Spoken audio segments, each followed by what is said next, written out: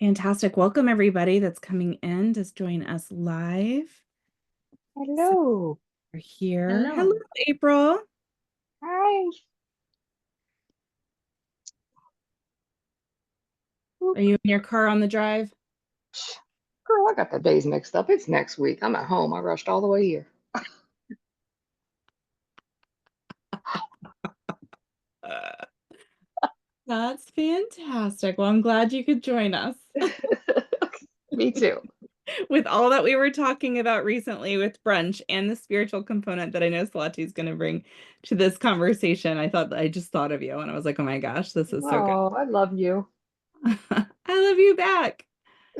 Um, hey Karen, hey Suzanne, so glad you guys are here. Okay. Where are we at time-wise? We've got a couple minutes, so we're gonna let some people in. Get my screen all set up.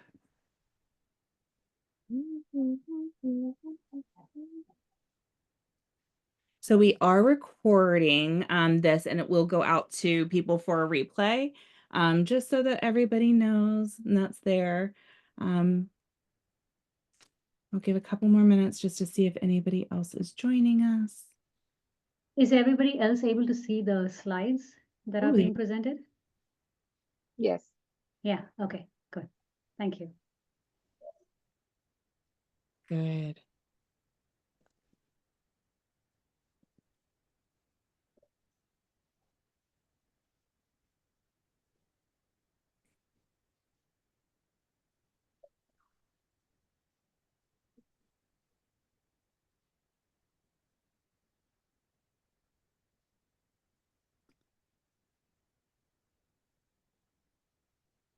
Very quiet in here. Everybody's just ready to receive. I was actually looking to make sure I had open the things that I needed to have open as I kick us off. It is right at 1 o'clock, so I'm going to go ahead and not hold us up and get us started. In theory, the thing that I just moved hid. There we go. Yeah, so welcome everybody. I'm so glad that you're all here to join us in Emerge Intentionally. And in our guest masterclass series at Emerging Lotus, we focus on empowering individuals and organizations through coaching, training, and workshops that elevate leadership, productivity, and well-being. Our mission is to foster growth and success with a human-centric approach. Emerge Intentionally is our dynamic community for those seeking intentional living and compassionate leadership. Through our monthly masterclasses, we bring together thought leaders and experts to share insights and inspire personal and professional growth. And we're so thrilled to have you here today. I'm also really excited to introduce our guest speaker, Swati. Swati is a dear friend of mine who I met on the journey of writing our collaborative book that we had come out last year. She's a former engineer turned visionary coach, astrologer, and artist who guides women through their transformative years of midlife to connect to their authentic voice and set up the second chapter of their life for sacred, joyful expression. With that, welcome, Swati. I'm going to pass it over to you. Thank you, Rachel. Lovely to be here. And yes, the journey of sacred self was so beautiful that I met so many lovely people such as yourself, and I'm thrilled to be collaborating in this way. Hi, everybody. Welcome to Midlife, the Gateway to Authenticity. That's the title of our talk today. And in this talk, I'm going to be presenting to you several different concepts regarding what is commonly known as midlife crisis. So this masterclass is perfect for you if you are between the ages of 35 to 55, or if you're going through inner change or outer change related to your career, your relationships, or your health.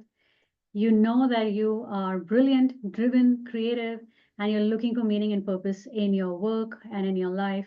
It could be that you're experiencing burnout or that your work may not feel right anymore, and you want to experience your own uniqueness or you want to express that uniqueness. So you may be feeling an urgency in finding and living your calling. And feel free to, share in the chat the intention you have for this class, like what would you like to receive? We'll be going through a lot of journaling prompts as we move ahead, and you'll have access to these slides. So there's no pressure to respond right away. But if you feel called to, feel free to share in the chat. So this is what we're going to cover today. We'll talk about why midlife creates the perfect opportunity for your authentic expression to come through. And we have heard of the term midlife crisis. I will share with you a little bit more my perspective on what it is about. But it's something that we often take for granted, and we kind of, many people go through that predictably. So I'll share with you why it's such a predictable thing and how you can deal with the challenges. We'll also go briefly over 3 assumptions that we may make during midlife that may keep us stuck in an old expression, as well as 3 keys to uncover your authentic expression, and also some tools to help you move through this time of great change by being at cause and not at effect of the change. So let's get started. I'll just do a quick intro. I'm Swati Kameswar. I'm a former engineer that completely changed her career. I changed my career in my late 30s, early 40s into coaching and astrology. And I also discovered my own creativity through the process. So everything that I share in this talk, I have utilized those tools to discover my own authentic voice during this time. And I discovered many things about midlife and this timing of midlife that were essential for me to embrace my own authenticity and uniqueness. And some of the things that I absolutely am passionate about now are combining astrology, nature, creativity, creative expression, as well as the voice. And that is a big part of my focus on helping women to find their authentic voice and find their unique skills that then expresses through what they do. So my midlife awakening started uh, in my late 30s, about 10 years ago.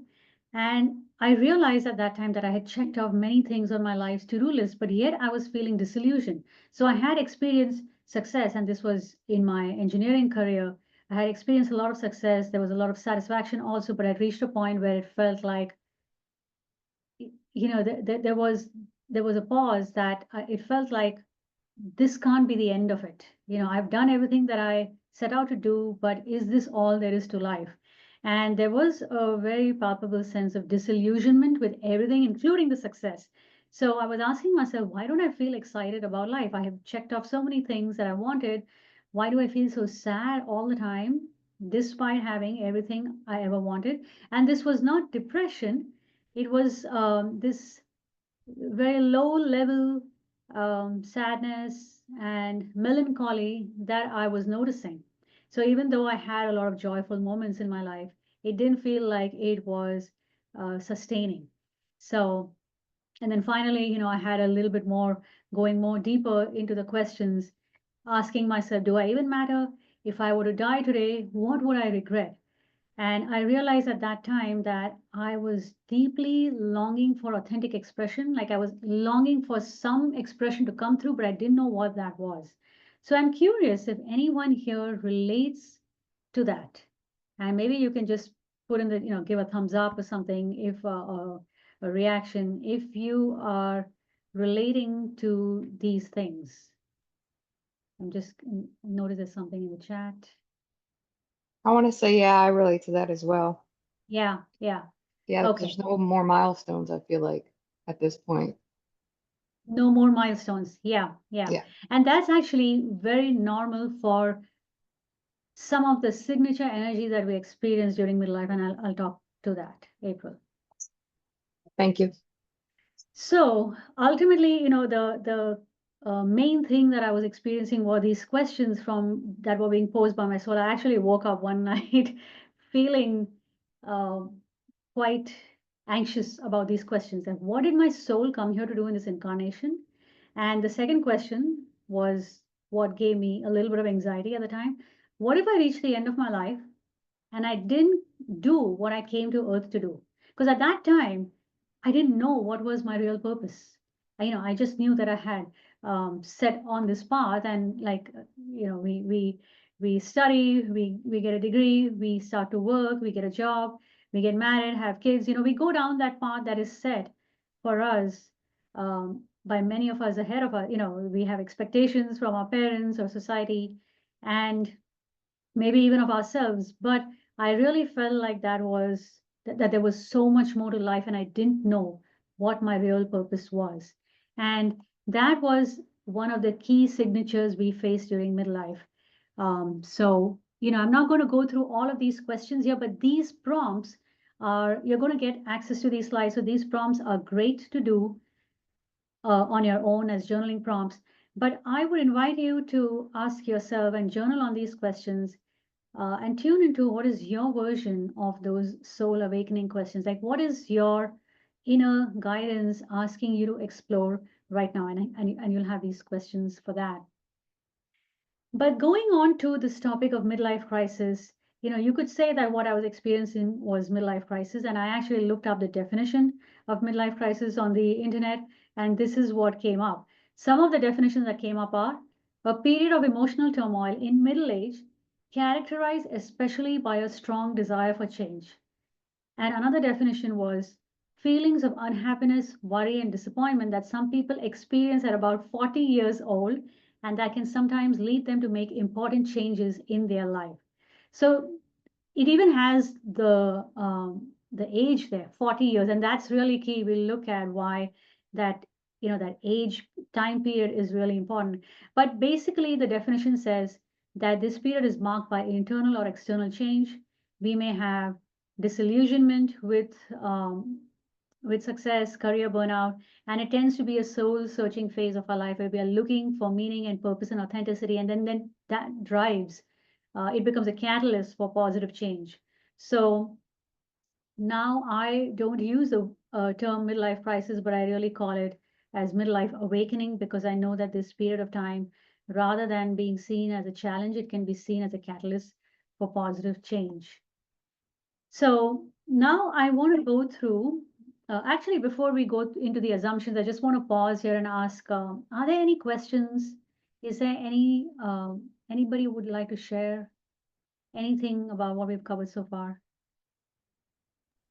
Stephanie, you mentioned midlife catalyst. Yeah.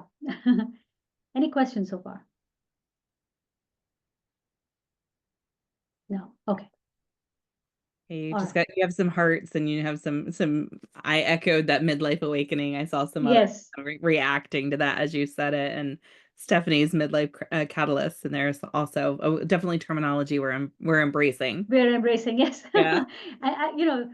To me, words, the vibration of words really matters. And I feel like reframing the word can give us completely different solutions to what, the problems that we are facing. Okay, so now I would like to talk about some of the assumptions that may keep us stuck in mediocrity. And, by no means is this a judgment? I'm not saying that our lives are mediocre, but that is what I felt personally in my life at the time, that I was just walking the path set in front of me by somebody else. And there was no blame or anything. It was just, I just did things that were considered normal, but I was not doing what was authentic to me, and I just didn't know what that was. So that was, as I moved through that phase myself, I realized that these are some of the assumptions, beliefs that we may make that may undermine the importance of this time, and that can limit our growth. So the very first assumption is that we take midlife crisis or midlife challenges as normal. We take it for granted. And so when we do that, because we can even joke about it, if somebody is making some dramatic change in their life, we might say, oh, he or she is going through midlife crisis, and that's why they're making such a big change. But what I've come to realize is that by taking it for granted or by seeing that as normal, we may feel like nothing special needs to be done. Like, okay, it's normal, so it's a big deal, I'll just deal with it and move on. Or we may feel like the challenges we face are the fault of something external. And this belief may come from a lack of awareness of midlife timings. That's one of the keys that we're going to be talking about, the sacred timings of our life the planetary transits that we go through during midlife are called, I call them as sacred timings. But oftentimes we have little to no awareness of those specific transits and the gifts that they bring. Now, the transits come with challenges, which is what is labeled as crisis, but they have a purpose and they have gifts. And so when we are not aware of that, we can take it for granted that this is something normal and, I'm just going to have to suck it up and deal with it. And we may not go deeper into addressing the deeper patterns that are keeping these challenges in place.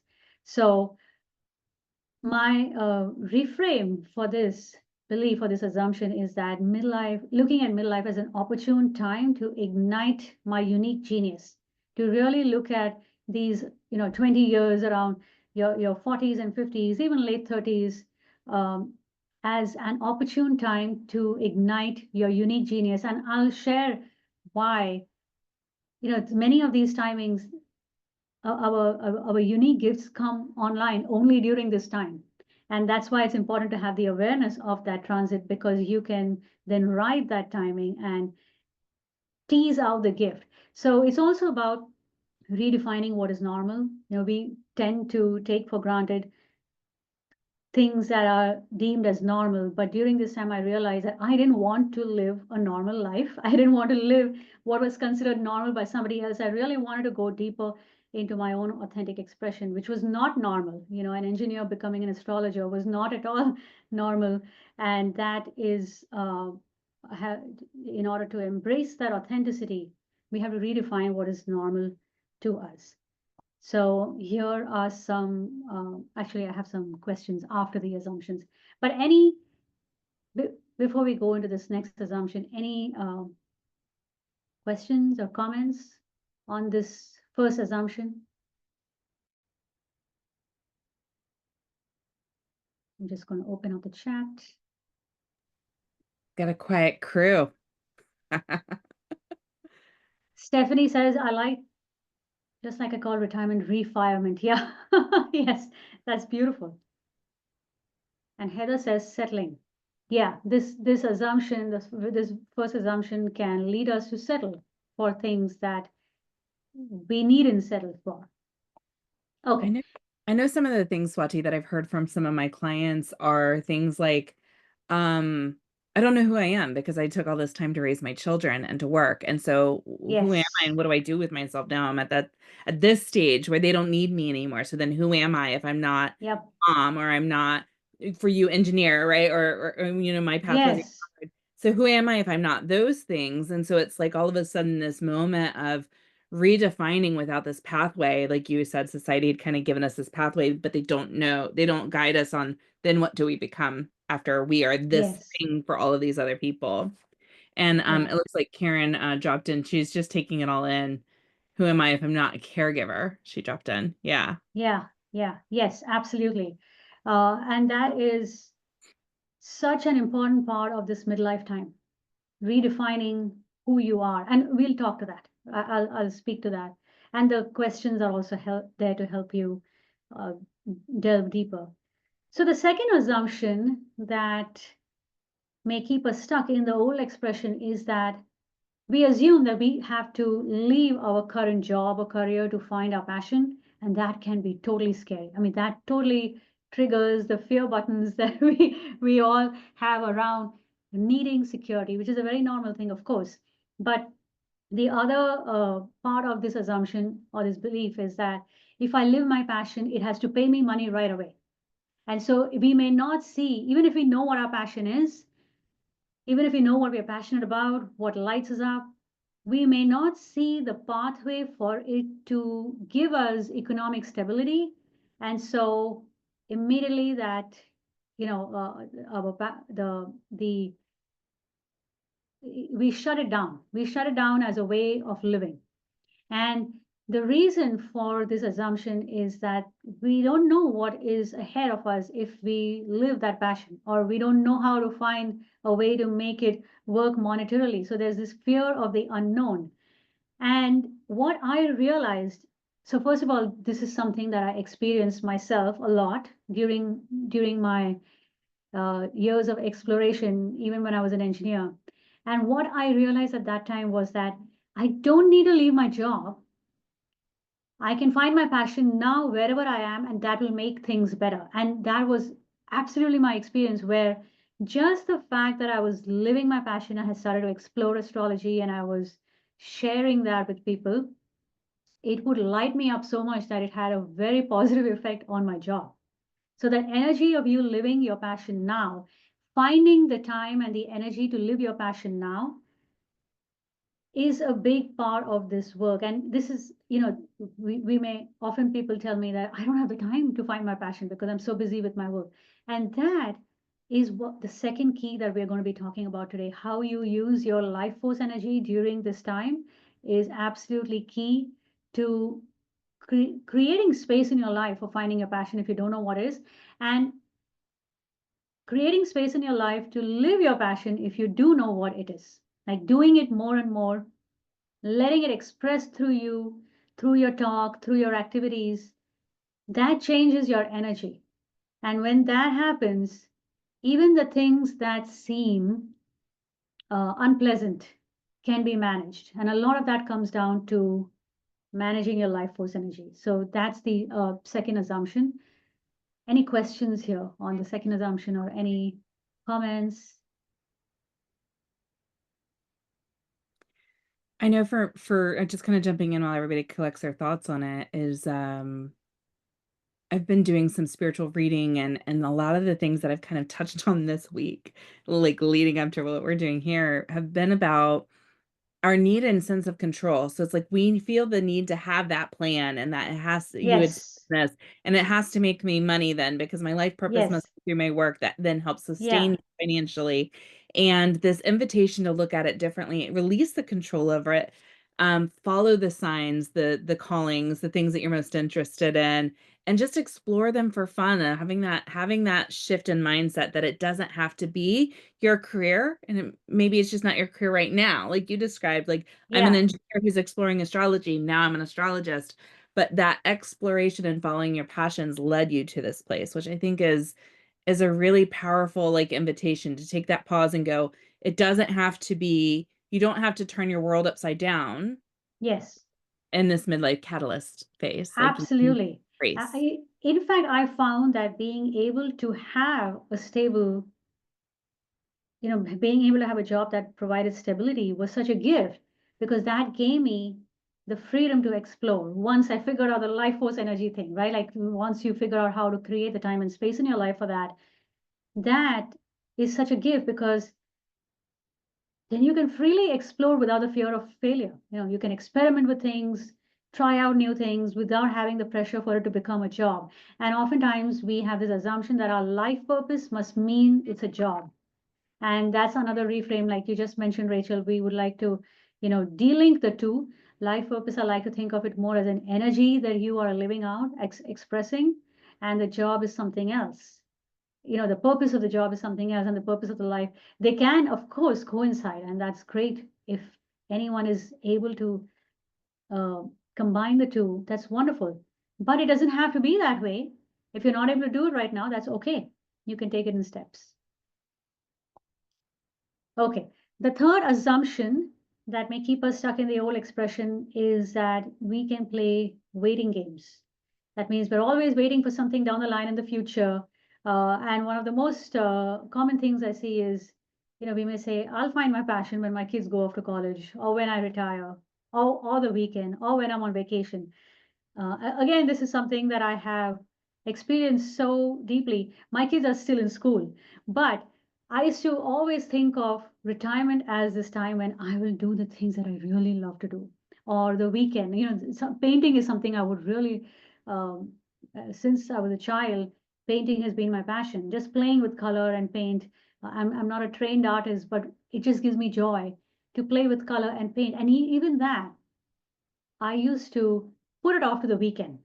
And when the weekend would come, something else would come that had more urgency, and then I would not end up doing that. So I became disconnected from my creative expression for quite a bit of time during my engineering career.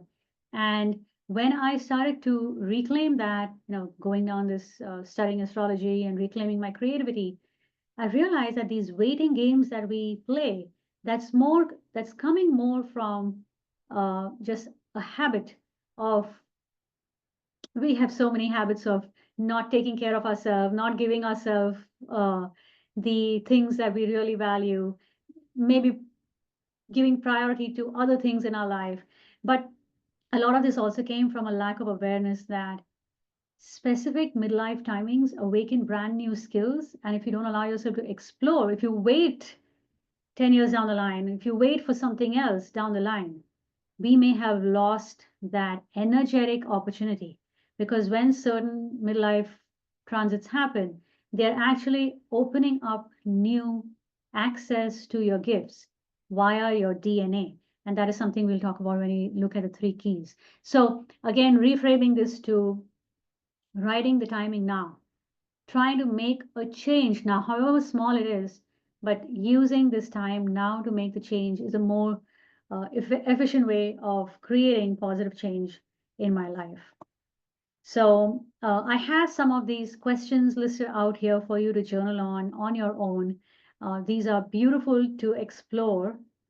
What is it that is wanting to come through you? Which of these assumptions you are believing in? And can you reframe those assumptions to create space for exploration? Any questions here on the assumptions before we move on to the predictability of midlife changes? Yes to creativity, Karen, yes. And Suzanne, you say, that is me. I will do it when. Yes, we're always playing those waiting games. And so an invitation to pull that into the now and saying, what can I do today that can help? And this was, I even, with respect to this previous third assumption, I remember I remember having these thoughts, okay, I'll have more space when my kids are when they're older or when they go off to college. But at that time, that was a long time. Going off to college was a long time away.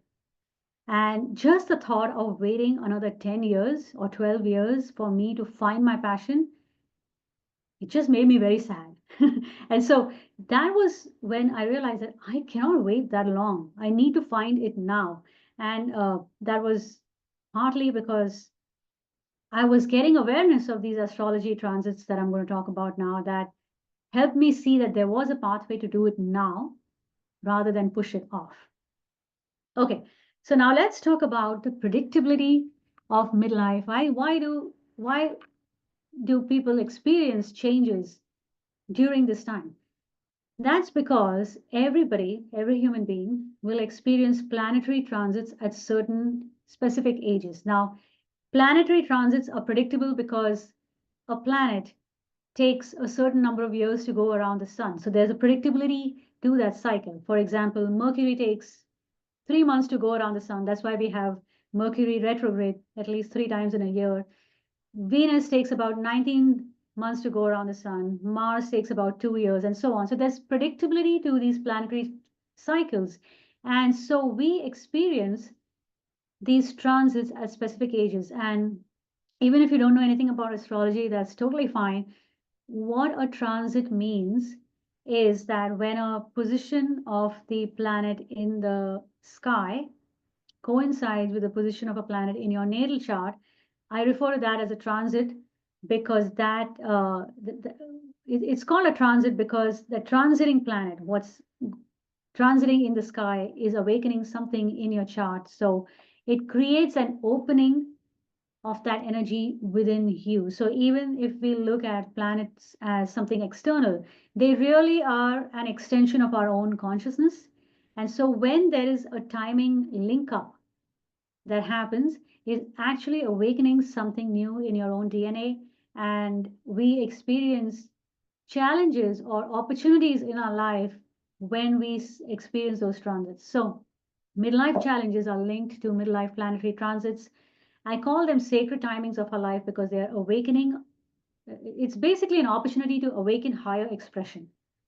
And it also affects our DNA. There's a link in our DNA to that moment in time that we were born, which is your natal chart, and that current moment where the transit is happening. So there's a link that opens up.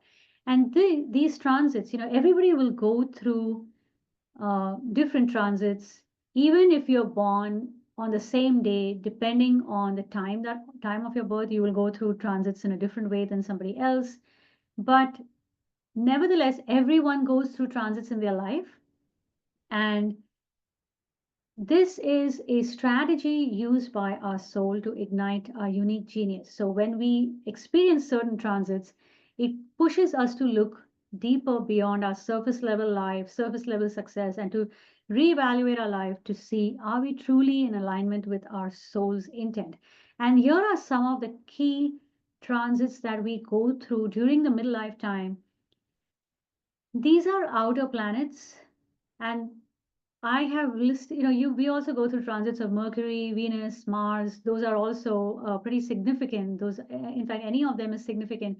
But I've listed the outer planets here because they have a longer lasting impact. They impact us longer. That means when you go through a Pluto transit, you're actually experiencing it for about a year and a half. So it's not something that happens in one day and it goes away. All these outer planet transits, they change our consciousness at a very deep level, and they last for about a year to a year and a half, sometimes 2 years, depending on your natal chart. But the summary is that they give you an extended opportunity to experience change and awakening. And so we may feel like that's why the midlife time is sometimes they refer to as midlife crisis, because we are experiencing these challenges, and it may seem like the challenges are happening for a pretty long time. It's not something that happens in one day and you're done with it and you deal with it and you move on, but it is something that can repeat. So when we experience Pluto transits, we are invited to, through the challenges that come up in our life, we are invited to face fear and to transform that fear into empowerment. When we experience Saturn transits, we can feel a sense of restriction from the external world, like there's a lot of pressure on us to perform. And it's really about tapping into our own mastery and going from following to leading. So rather than looking at the external world and people outside of us as authority figures in our life, we are invited through those situations to lean into our own personal authority. Now, Neptune brings disillusionment. And that's the thing, when a certain phase of our life has completed and we feel like, okay, I am no longer in that role. For example, the role of the caregiver, that responsibility is done. I'm no longer in that role. Now, who am I? That disillusionment often comes due to Neptune transits. It can even come due to Pluto transits, because both of those are helping us to dissolve an old version of self. And that's really key to understand, because it will dissolve roles. People will often go through job changes during this time, and often job changes that were not initiated by them. So when layoffs happen, that can often be something to do with Pluto, Neptune, or even Uranus, which breaks stagnancy. So these transits, like Neptune, brings disillusionment, but it is really trying to help us connect to our divine expression through the creative process. When we experience Chiron transits, we experience the pain of having been rejected. So any time in our life, if we have felt rejected or if we have felt inadequate, then that comes up to be faced and to be transformed into wholeness through compassion. Uranus transits bring, through unexpected events, a breaking of stagnancy. So any place in your life that has been stagnant for a long time, even if it was successful, but it was stagnant, meaning that you reached the level of success you can with that, and now it's time to go into the next level, but we may have fear of going into the next level of growth. Uranus transits will bring a breaking apart of that stagnant pattern. And then finally, Jupiter brings a connection to our purpose through expansion. So because these transits, planetary transits, they have a predictable cycle around the sun. And in our own life through our natal chart, we can experience these quite predictably. And pretty much everyone will go through some version of this or combination of these during midlife. And over the course of the 20 years, like, I mentioned ages 35 to 55, you will likely go through all of these energetic changes. So some questions to journal on would be to go through that list of those transit, the energetic signature of the transits, and ask yourself what situations or relationships are reflecting these? How are you currently handling these situations? And what gift do you see these challenges bringing for you? I'm just going to pause here before we go to the keys and see what's there in the chat. I just wanted to say, can you all hear me? Because sometimes these Yeah. things act crazy. Yes. We got you, Stephanie. We can. So I studied astrology, so I know exactly what you're talking about. But I kind of went through a Saturn return, Pluto. So my sun is at 27 Capricorn, so Pluto was on my sun. Yes. And I went through a nodal return like almost all at once. Yes. And Yes. so just to say it was crazy is an understatement. So but one of the people that I listened to had a really good thing about the Pluto. Yeah. Because it's like so I always see Pluto as, the lord of the underworld, that type of thing. But she was like, Pluto takes you into the underworld, but what's down there? What's deep in the earth? It's like the diamonds, the pearls, the gifts, which really made sense to me. It was like that just brought it into, because that's what I feel like that's what happened. I found myself in that, and it was really, really unpleasant. But Yeah. but Yes. but it brought me into myself, honestly, after all of that. Yeah. And I would agree with that 100%, Stephanie, because it's Pluto that woke me up. In my late 30s, when I was in that place of disillusionment, I was actually going through a Pluto transit. And when I started to explore astrology, I learned that. And I had a very long extended Pluto transit because I have two planets in Capricorn close to each other. So it lasted for about 6 years. Yeah. And during that time, it uh, thankfully, I was studying this stuff at that time and following all these things that I'm teaching. Did a lot of deep inner work, and that's how I found my gifts as well. So I would, I'm really glad that you shared that, even though it was challenging and unpleasant and uncomfortable, because Pluto is helping you to face everything that you have suppressed over lifetimes. Yeah. So, exactly. But there's a gift. If you have the courage to walk that path, that gift is there. So I'm glad you found it. Thank you. Yeah. And Rachel, you say Saturn moving from following to leading really hits for me. Yes, because I know, Rachel, even you have Capricorn planets in your chart. So And I cheated. Like while Stephanie was going through hers, I cheated. So Swati did my chart reading in the fall. I don't remember when, maybe September, October, sometime in there. And I'd forgotten about it. And as I wrote Saturn moving, but this really resonates with me. I was like, hold on, what did Swati say was coming? And in March, it will activate my Saturn in Virgo, it said.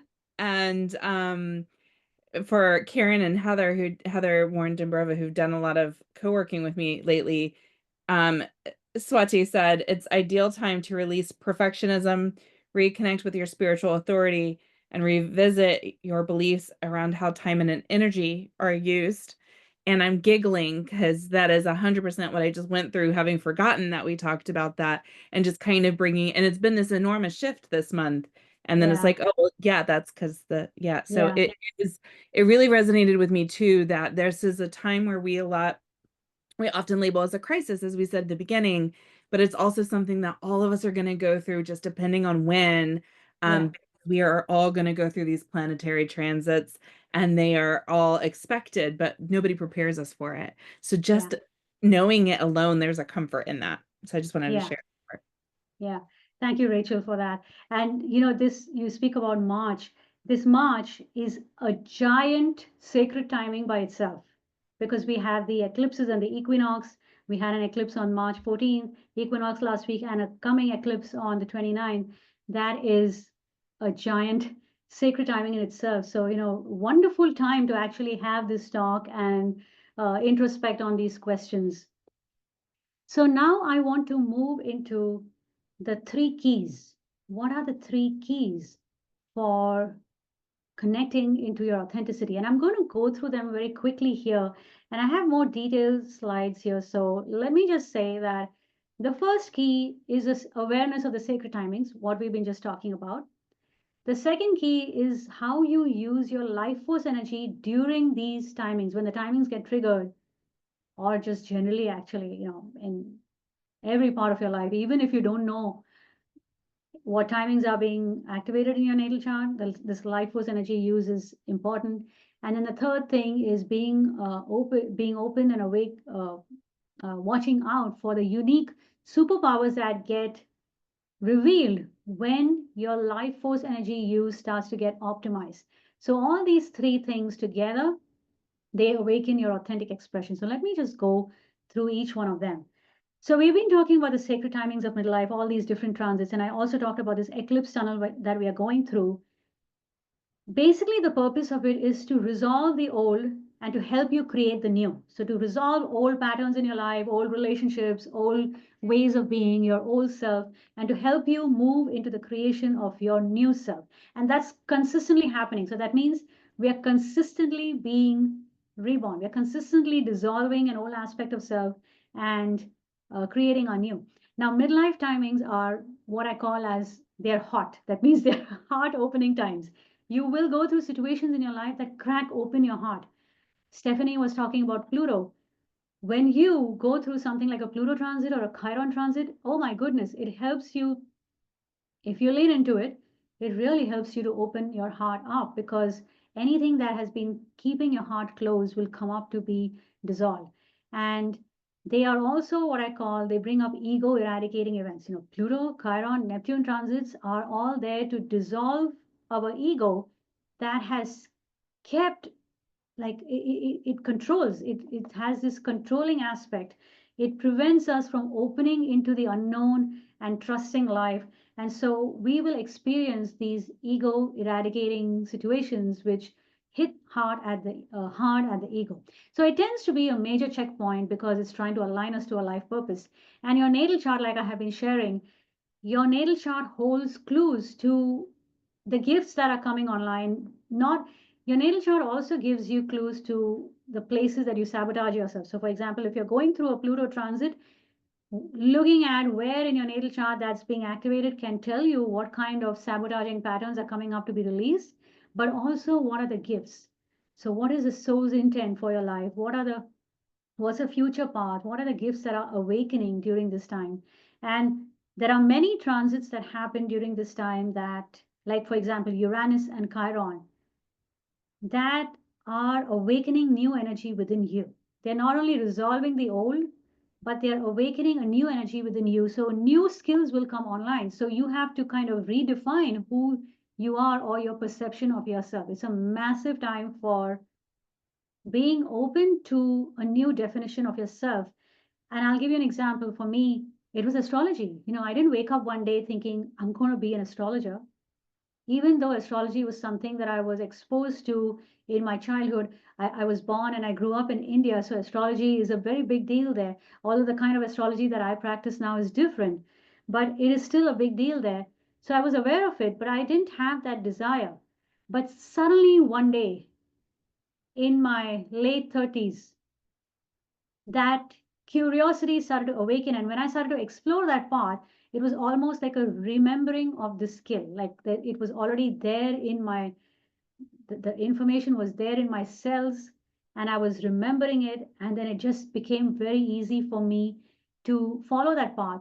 And eventually I got certifications because the Capricorn part of me really wants to have an official path. If I'm going to be teaching people to do this, I need to be qualified. So I got the certification after I had already explored it. So, I didn't think, even when I was exploring it, I didn't think that it's going to become a career path for me. But it was coming so fast and so exuberantly. And that's what I meant, when we talked about the other assumption. about not letting the idea that this interest needs to pay you money. Be open enough to explore it, because you'll be able to go so much deeper into that gift when it comes online. If you don't attach conditions of monetary, uh, any kind of expectations related to it. So anyway, the natal chart gives you that information. And if this is something that you would like to explore further, then I do offer a private session called Sacred Timings and Superpowers that can help you go through it. Also, as a part of attending this talk, you're going to be receiving a free gift. Rachel will be sending it out. It's called the 12 Paths to Impeccable Personal Power.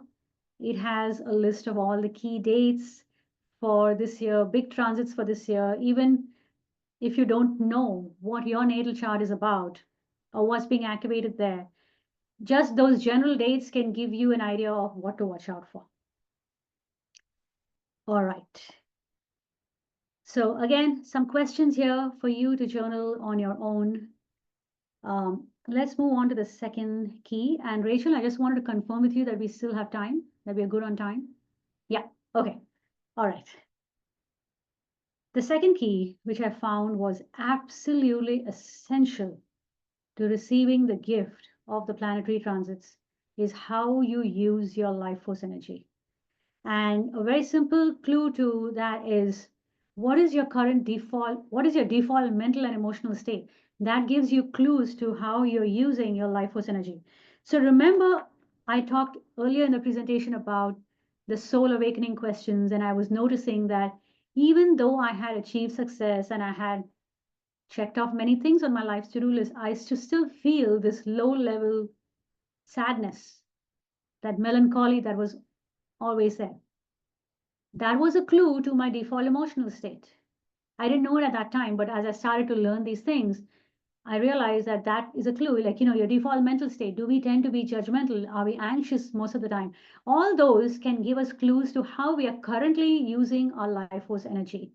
And what's going to happen during these sacred timings is that it is trying to resolve the old self. Remember, it's trying to bring up, like, for example, Pluto, Chiron will bring up places where we have had a lot of fear or hurt or judgment about ourselves. And sacred timings of our life are meant to help us resolve old karmic patterns. And karma is related to misaligned use of life force energy. So karma gets created when we don't use our life force energy with 100% integrity. I'm just noticing that there are some points in the chat. Oh, that's me. I dropped the files. Okay, all Dropped right, the free good. gift, and I dropped the and I dropped the slides in the chat so Okay, people can grab wonderful. them here. I'll also email them out, but since I'm right here and you're right here, I figured I'd just drop it in here if you wanted to download it here. Wonderful. Thank you, Rachel. Okay, so sacred timings are going to help you resolve karmic patterns if you choose to. And karma, my definition of karma is that it is misaligned use of life force energy. So when we don't use our life force energy with integrity, we experience the consequences of that lack of integrity through the challenges that we face. And really, it's all about how are we using our mind, our emotions, our actions? Are they in integrity with our divine self? Because remember, the sacred timings, all of these timings and transits are helping you to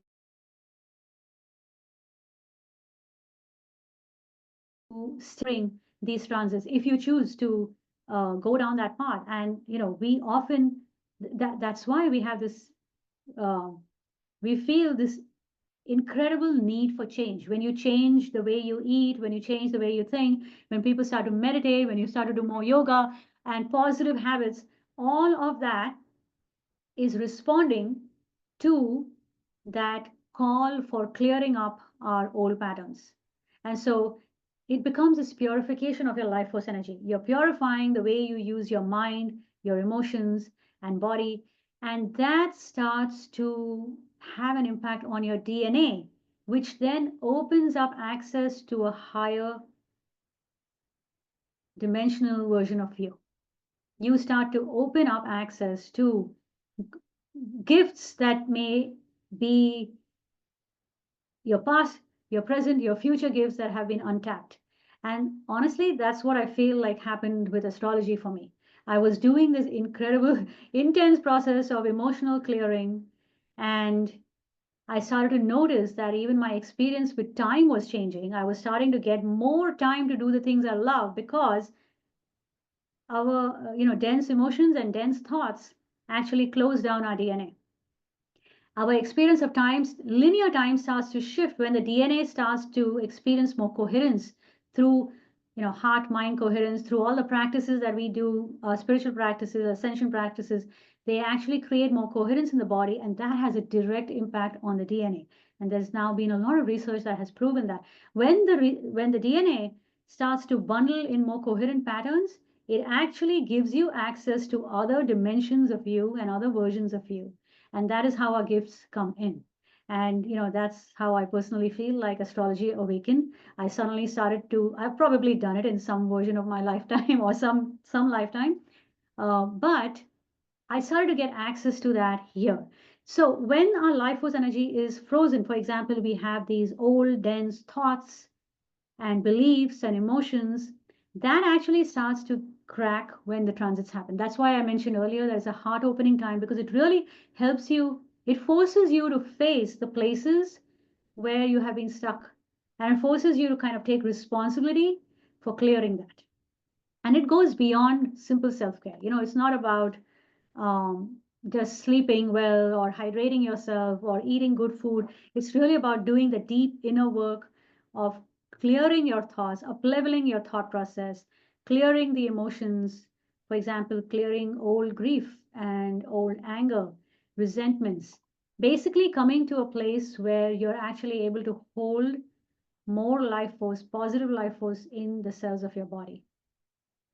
That is when the more you do this, your true authentic gifts will start to emerge, because that information is there right within you, in your cells, in your DNA. And if you would like to explore this key further, I offer workshops called the Creation Team Alchemy. And in this workshop, you meet your unique inner creation team in your natal chart and your unique creation strategy, how you use your life force. Okay, so here I have some more questions on this particular key. And again, great to journal on. Now, the final key is, as you do this, your superpowers get revealed, and it really helps to be aware of the places where you're unique. And by this time, when you're working with the second key, you're purifying the emotions and the thoughts, you actually start to clear away a lot of the judgment that may come when it comes to really embracing your authenticity. We can be very, a lot of us want to be authentic, and I'll speak this is from my personal experience, but it requires boldness and courage to be out there being completely different from the people around you, because we all have a tendency to want to fit in. And if we have that tendency, then it can be very scary to be seen as someone different. And yet, your authenticity comes from the things that make you different, or the things that you do differently. So, as you work with this sacred timings and purifying your life force energy, it's changing you at a cellular level, and your unique strengths start to emerge.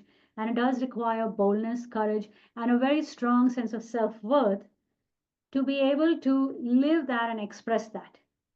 But the first two keys help you with that. Like, when you're aware of the transits and there's this desire to live your authenticity, and you're doing the inner work to change all the dense patterns, then a stronger sense of self-esteem comes through.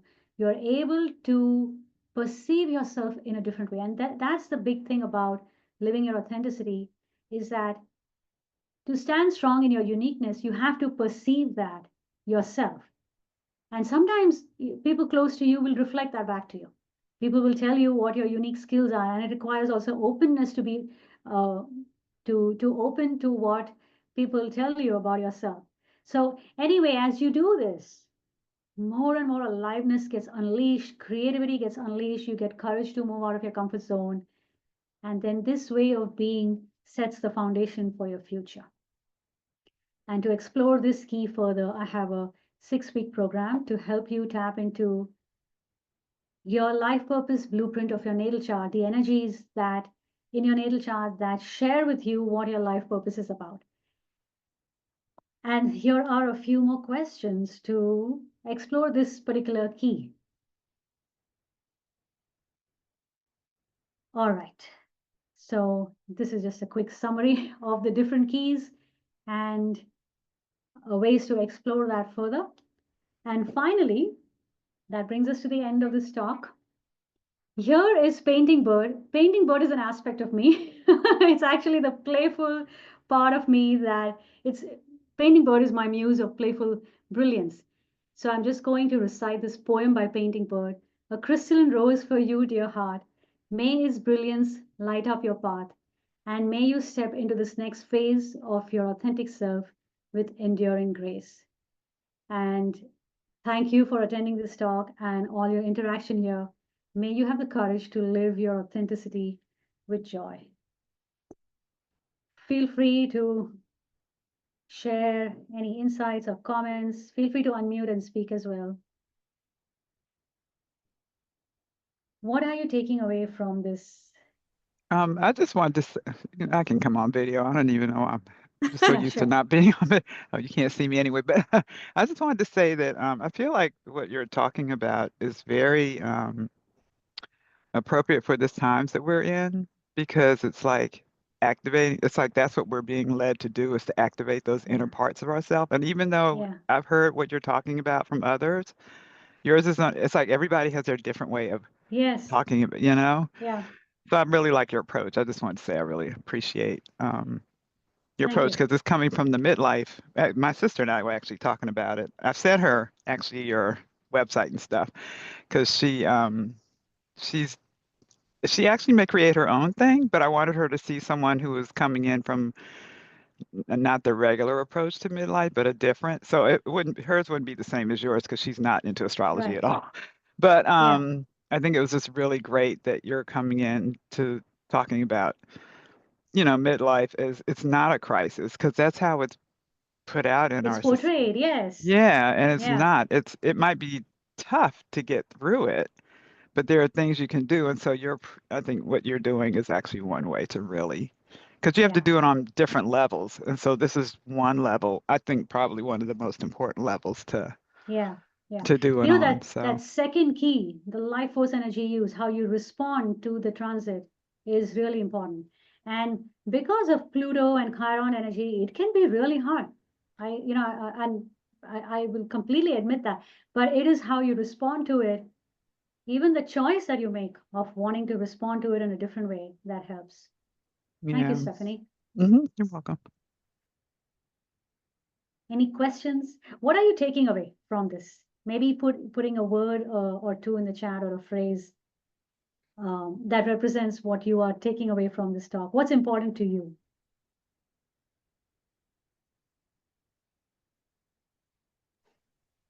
I just wanted to say thank you as well. It was very insightful. And taking away is it's always been, like you said, considered a crisis, but the terminology, the way you switched it around into a more optimistic viewpoint definitely helps frame the mind um, Yeah, to help, navigate through the transition a lot easier when you do it that way. It's always about being mindful in my mind. So yeah, this was just kind of solidified that belief. So I yeah. appreciate you and thank you for your time today. Thank you, April. Yeah.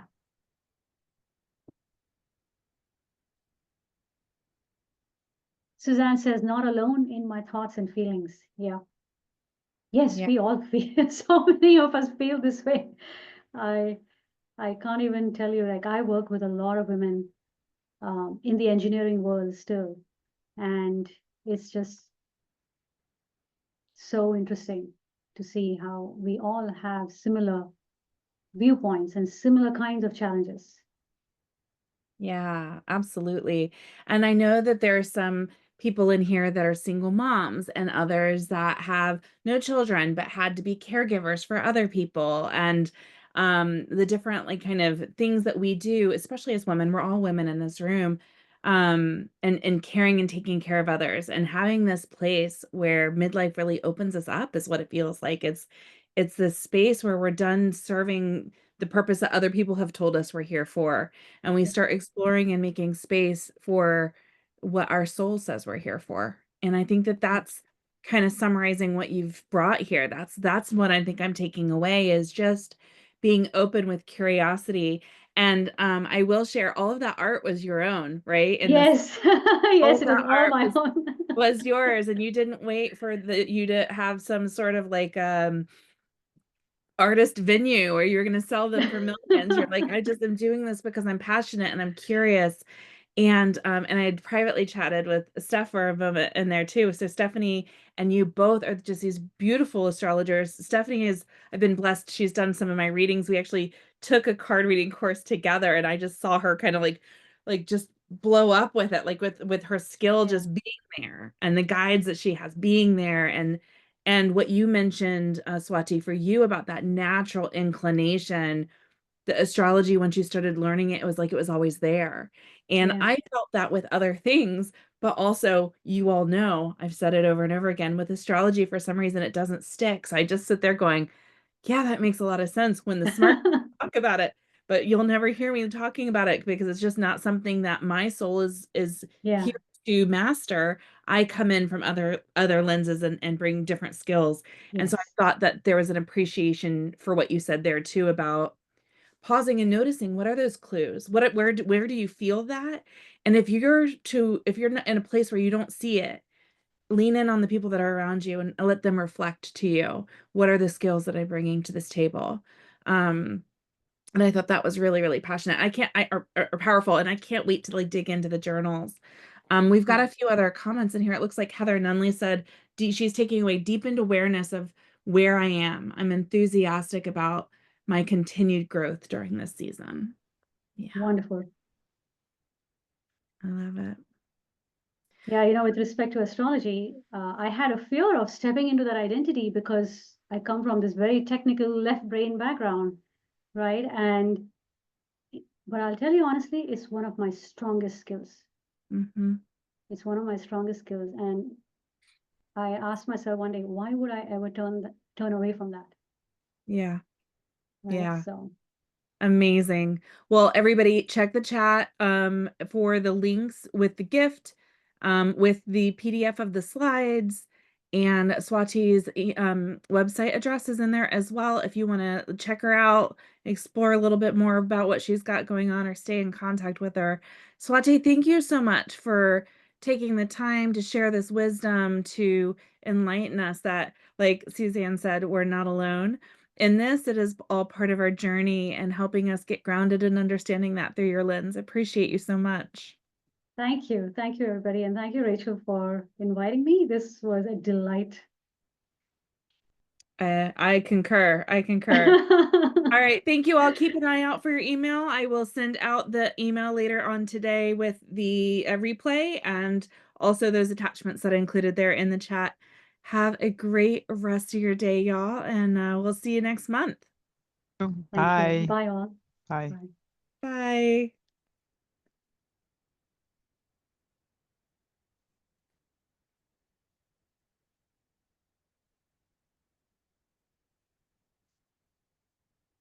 Heather, just checking in to see if you need anything before I close down the room. I think you're still recording. I was just grabbing that. I